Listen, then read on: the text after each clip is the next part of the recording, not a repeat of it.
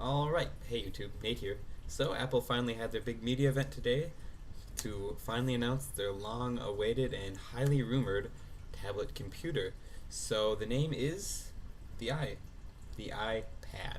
So, yeah, let's just start with that. I don't like it at all. I much would have preferred iSlate or iTablet because when I hear iPad, all I think about is female hygiene products and just it's a dumb name. I don't know. Maybe that's just me. It just doesn't have a nice ring to it at all. So, yeah. Moving on. On the outside, you're just gonna see an iPod Touch or an iPhone stretched out both directions. That's pretty much what you got there. The button on the bottom is the same size. It's just the home button. You got a lock button and a volume rocker, headset jack, uh, your dock connector, built-in speakers, and then a built-in microphone. And also, on the 3G version, there's two separate versions. I'll get to that later. On the 3G version, on the outside, you're also going to find a micro SIM card slot, but I'll get to that later. The screen is 9.7 inches widescreen.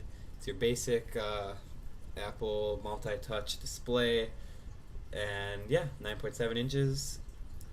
On the inside, you're going to find Apple's new A4 chip running the whole thing, and from the sounds of it, it sounds like it's going to run pretty nicely. Uh, it's 1.5 pounds and 1.6 pounds, not that that makes much of a difference if you are going to have 3G, and it's 0.5 inches thin, which is pretty nice for how big the actual computer is. So, as I was saying before, the computer does come in, or the tablet I shall say, does come in two different versions. It comes in a Wi-Fi enabled version and a Wi-Fi and 3G enabled version, and also in 16 gigabyte, 32 gigabyte, and 64 gigabytes. So that's different versions you can have, and the pricing goes as follows. For the 16 gigabyte versions, it's $499 or $626. For this 32 gigabyte version, it's $599 or $729. And for the 64 gigabyte, it's $699 or $829. So I just want to stress how cheap this actually is. I got this 16 gigabyte iPod Touch like 2 years ago when it first came out. This is the first generation. I got this for $399. For $100 more, you can get a 16 gigabyte tablet. That's pretty crazy. And for $829, you get the ultimate 64 gigabyte 3G enabled one. And that's also cheaper than a laptop, but not saying that this should be a laptop replacement, which it really shouldn't.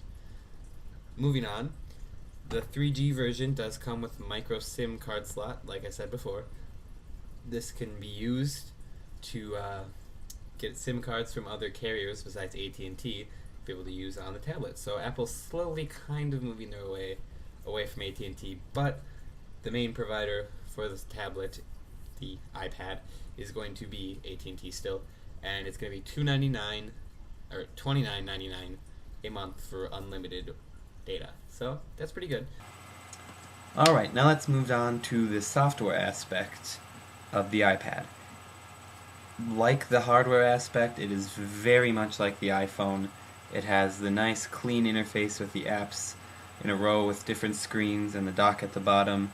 The only main difference with the apps itself is that they're a little revamped, especially the music player is nice and fresh and new, looks a little bit like iTunes, and then also the calendar is revamped and also the photos are revamped. Other than that, it's just small subtle changes to kind of make it a little more advanced and a little nicer for the wider display. Other than that, you are going to be getting the iBook store too. That sells ebooks starting at $4.99. That's, ebooks are cool and all. I don't see myself really using ebooks ever, so that's not that exciting, but it does have a pretty nice interface with like your bookshelf with the books you own, and then it flips over to the store, and you can buy more books, and then go back into your bookshelf, yada yada yada. And it's just, Apple's nice little things that they add into the software that they have that makes them nice to use. Other than that, any applications that you do have on your iPhone or iPod Touch will work on the iPad, and by all I mean most. I'm guessing there will be a few that probably don't really work, but from what I can tell from some videos, I think a smaller box is on the tablet itself that you play the games or run the applications in, and you can expand it, and then I'm guessing it gets a little pixelated. I'm hoping I'm not right when I say that, but I think that could be the case on some applications, and that's a little sucky. But the good news is developers are able to make their own software for the tablet, so I think that's really what needs to happen to push the tablet into its own realm and separate it from its brother in the iPod Touch and the iPhone.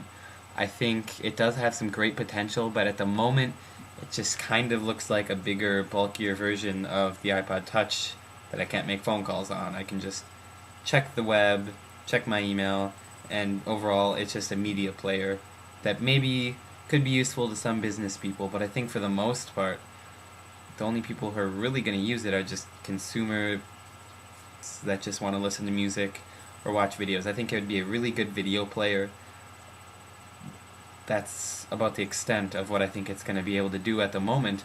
I'm hoping, like I said before, that once developers start making some apps that we can get some really cool stuff on there. But at the moment, I just think it's going to be hit or miss. I hope it does well, but I think it's very likely that it does turn into the next MacBook Air, and kind of just flop. So we'll see what happens. I'm hoping that it does well, but I'm not really thinking that it will. So as always, thanks for watching, and send me any messages about what you think, and if you have any questions about what I think. And as always, guys, leave comments, and thanks for watching.